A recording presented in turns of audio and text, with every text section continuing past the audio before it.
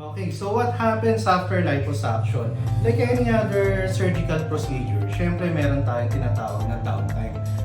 During that time, we let our body heal. So you give yourself some time to heal.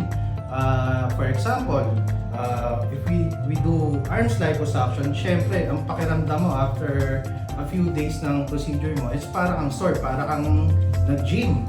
So medyo magkakaroon ka ng discomfort siguro pag naliligo tayo, medyo mas kailangan mo ng tulong sa mga ganong bagay.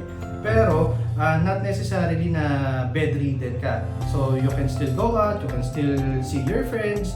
So pwede pa din naman yun. After a week na mag-liposuction tayo, that's the time we reassess.